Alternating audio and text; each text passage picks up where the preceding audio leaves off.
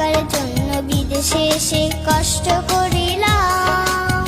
কতজনের কত কথায় আমি শুনি